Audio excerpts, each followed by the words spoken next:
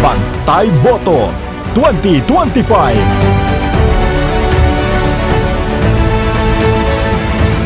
Habang papalapit ang halalan, paparami ang patutsyada ng mga kandidato. Ang isang tumatakbong representative sa Pasig City binatikos dahil sa kanyang malaswang biro. Alamin ang detalye kay Jomar Villanueva. Jomar.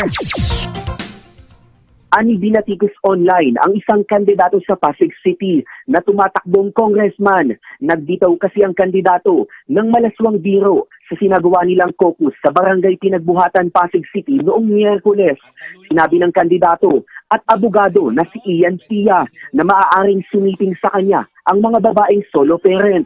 Ito umano ang kanyang ambag sa mga solo parent. Bagay na hindi ikinatuwa ng mga single mom. Isa sa nagpahayag ng pagkadismaya ang chairperson ng Committee on Social Services and Solo Parent Affairs ng Pasig City na si Angelo De Leon. Ayon kay De Leon, mahalagang prinsipyo ang pagkakaroon ng respeto at dignidad ng sino mang gustong maging public official. Bawal anya ang bastos sa Pasig City. Nilinaw naman ni Sia na nagbibiro lang siya.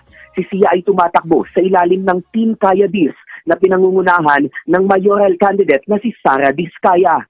Jomar Villanueva, Newsline. Salamat sa ulat na yan, Jomar. Masigpitan ang mga checkpoint matapos po ang insidente ng road rage na ikinasawi ng isang motorcycle rider noong March 30 sa Antipolo ayon po yan sa Highway Patrol Group ng PNP.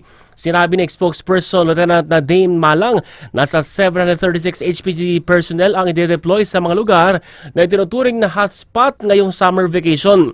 Inuutos naman ni PNP Chief General Romel Marbil ang mas mahigpit na random checks hindi lang sa mga motorsiklo kung hindi pati sa ibang uri pa ng sasakyan.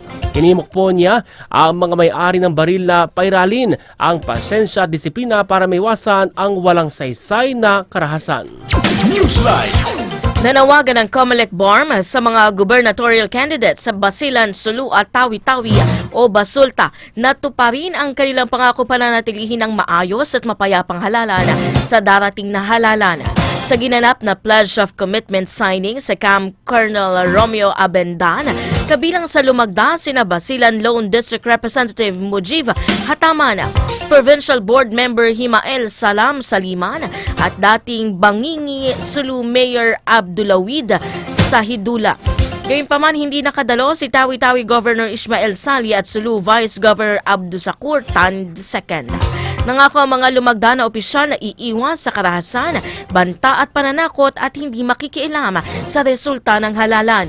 Upang matiyak ang seguridad, magpapadala ng karagdagang pulis sa mga delikadong lugar.